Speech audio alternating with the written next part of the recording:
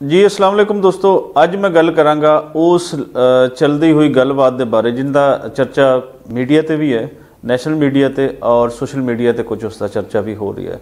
बड़ी गल है कि सोशल मीडिया ते इस तरह के इशूज़ जोड़े साढ़े सामने आ रहे हैं जोड़े आम पब्लिक के इशू कदे सामने नहीं आते।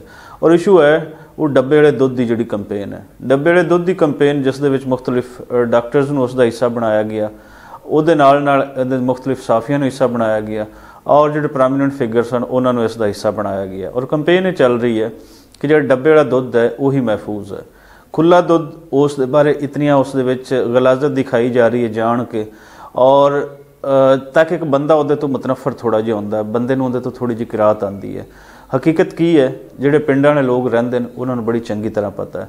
मिसाल के तौर पर मेरे घर मझ है तो मैं तो मझ तो जो दुध लेना होएगा मैं मझ नूं साफ करांगा, साफ सुथरी मझ होएगी और फिर वो जी मझ है वो चोई जाएगी। और जो मैं पीना है क्या मैं उसकी सफाई का ख्याल नहीं रखांगा, और क्या कोई ऐसा तरीकाकार है कि मैं वो सिर्फ अपने पीने लिए जो दुध है वो मैं कोई सैपरेट सफाई करांगा, जो दूसरा दुध होएगा वो मैं गलाजत पावांगा, यह कभी नहीं हो सकता।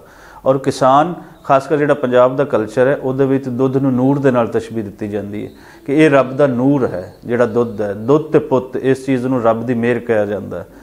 तो किमें हो सकता है कि वो इतनी गलाजत शामिल करन और वो आम लोगों को पिलाण।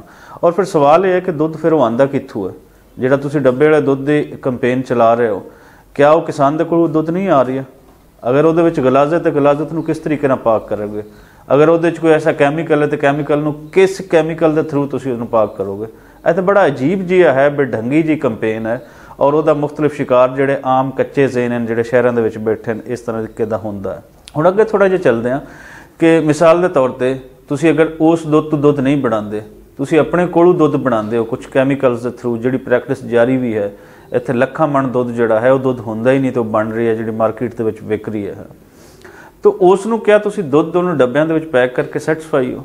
मुख्तलिफ जो कारपोरेट कल्चर है, कारपोरेट कल्चर की ग्रिप इस तरीके दे नाल होंदी है कि आम बंदे नूं उहदी समझ नहीं आती कि मेरे नाल हो की रही है, लेकिन उहदे बेनीफिशरी मेन कारपोरेट कल्चर होंदा है। जिहदी असीं एक मेन असीं देखते हैं कि इंडियन पंजाब दे विच दिल्ली के आसे पासे जिहड़ा किसानां दा धरना है वो इस गल नूं समझ गए कि कारपोरेट कल्चर की ग्रिप दे विच जदों इत्थे किसानी आ जाएगी तो असीं मारे जावांगे। लेकिन लਹਿੰਦੇ पंजाब का किसान होवे या आम बंदा होवे उन्हें इन्हां चीज़ां की समझ नहीं आ रही। थोड़ा जिहा अगे चलते हैं, एक होर चीज़ की मिसाल देने। मिसाल के तौर पर पिंडां दे विच आलू उगदा है, पिंडां दे विच चावल उगदा है, पिंडां दे विच कणक उगदी है। हुण उन्हां दा तुसीं कारपोरेट कल्चर ने की कीता कि उही चीज़ नूं मुख्तलिफ पैकिंग के थ्रू उहदा कुछ ऐसा प्रोसैस कीता, उसनूं थोड़ा जिहा पकाया, उसकी कटिंग की और मार्केट के विच लैके आ गए और टीवी ते कमर्शल चलाते, अखबारां ते इश्तिहार चलवाते और रैस है जिहड़े कुछ चंद प्रोमिनेंट फिगर सी उन्होंने खवाता या कि सोहणियां कुड़ियां नूं खवाता उही चीज़। और पूरे पंजाब दी, पूरे पाकिस्तान दी जिहड़ी आम लोग है वो उन्हां कुड़ियां नूं देख के कुड़ियां इसलिए खाणगियां कि असीं सोहणियां लगांगियां। आम जिहड़ा मुंडा होएगा इसलिए खाएगा, उन्हें एक फैशन बनाएगा कि हाँ फलां कुड़ी खांदी सो मैं भी खावां। सो गेम है कुड़ियां दी, उस चीज़ नूं समझा नहीं गया कि उहदे पिछे की गेम है। मिसाल के तौर पर असीं आलू नूं देखना, मेरे को आलू खरीदा जाता है जिहड़ा इस वेले खरीदा जा रही है वो कोई होएगा 40-50 रुपए किलो।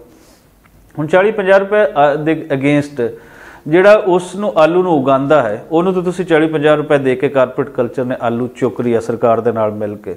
उही आलू नूं की होया, उहदी लेज़ चिप्स जिहड़ा असीं कहने मुख्तलिफ शक्ल दे विच होर कई कंपनियां वो तुहानूं उही किलो 500 का वेचणगियां। की करनगियां? उहदी कटिंग करनगियां, प्रोसैस करनगियां, तुहानूं पैकिंग करके थोड़ा जिहा मिर्चां लूण ला के तो तुहाडे कोल दे देणगियां।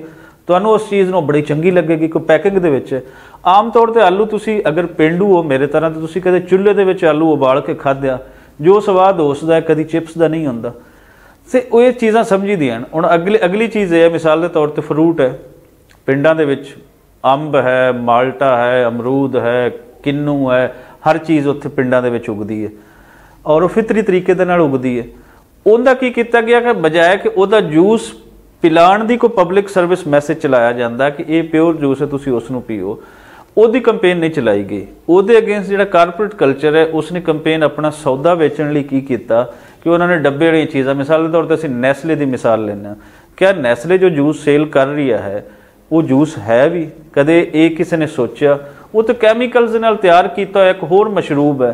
अगे असीं चले जाने जो कोल्ड ड्रिंक कंपनीज़ हैं, मिसाल के तौर पर कोक है, पैप्सी है, जितनियां कंपनीज़ हैं, क्या इन्हां दी जितने ड्रिंक्स होंदे ने वो ड्रिंक्स होंदे हैं जो दावा किया जा रहा है?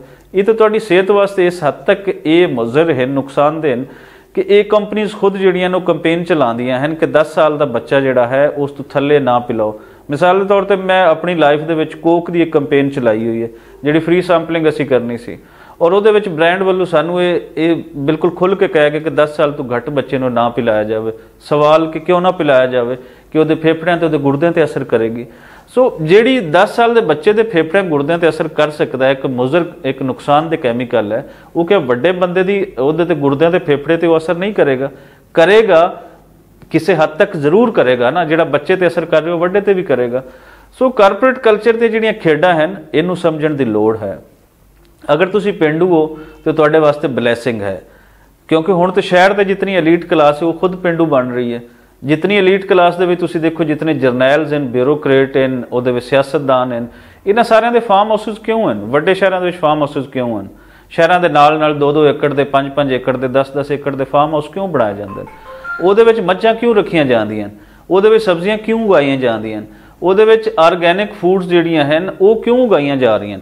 अगर ये इतनी चीज़ां अच्छियां नहीं है, फितरत अच्छी नहीं है, तो फितरत के करीब तुसी क्यों आ रहे हो? लेकिन जी आम पब्लिक है वो वास्ते तुसी की कर रहे हो? उन्होंने तुसी उन्हां चीज़ों तो दूर कर रहे हो, फितरत तो दूर कर रहे हो। उसका नुकसान की हो रही है? आम पब्लिक दूर हुई, पेस्टिसाइड कंपनियों की यलगार हुई, उस तो इलावा खादां की यलगार हुई, और हाल ये तुसी करवा दिता उत्थे कि तुहाडी पूरी फिजा जिहड़ी है वो जहरीली हो गई। तुसी जिहड़ियां गिज़ावां खादियां वो जहरीलियां हो गई। लेकिन खुद तुसी बड़े सियाणे हो, खुद जो तुहानूं पता लगा कि तो मेरे अंदर जिहड़ा है ਇਹ बीमारियां पैदा कर रही हैं, मेरे अंदर जो कैंसर पैदा होंदा है इन्हां जिहड़ियां ਜ਼ਹਿਰਾਂ हैं उन्हां दी वजह तो होंदा, फिर तुसी फार्म हाउसिस बना लिया। आम पब्लिक लिए तुसी कुछ नहीं किया, और तुहाडे रहिंदे होए आम पब्लिक लिए ये मैसेज चल रहे हैं खुले दुध के अगेंस्ट। ओ भाई खुला दुध, असीं खुले दुध पीते हो, डब्बे वाले दुध तुसी जिहड़े पीते हो साडे नाल उन्हां नूं बजा लो, साडे नाल उन्हां नूं खिडा लो जिहड़ा कुछ खिडाणा जे। फितरत जिहड़ी है उहदे तो दूर होवोगे तो तुसी माजूर होवोगे, तुहाडियां ज़हनी सलाहियतां जिहड़ियां वो नहीं रहेगियां, तुहाडी बॉडी का जिहड़ा स्ट्रक्चर है वो इतना एक्टिव नहीं होएगा। सो जिहड़े पिंडां वाले लोको, मेरे पेंडूओ, अपने आप ते फख्र करो कि असीं पेंडू हैं। तुसी ते कम अज़ कम डब्बे वालियां खेडां तो बाहर निकलो। जो कोई तुहाडे कोल एक्चुअल है, आर्गैनिक है, उन्होंने खाओ पिओ तो मौजां करो। यह सारियां खेडां कारपोरेट दियां जे इहदे चों निकलो। तो जिहड़े कोई पेंडू हैं मेरे जे वो आंदे हुए अपना दुध नाल लैके आया करन। यह कारपोरेट दियां खेडां हैं जिन्हों जिवें चढ़दा समझ रही है, कुछ लैंदे दे विच भी ये लहर फैला दिओ, लोकां नूं शऊर दिओगे तो लुकाई दा भला होएगा। ये रब नूं मंजूर है, ये खलकत दा भला है। अगे तुहाडी मर्जी।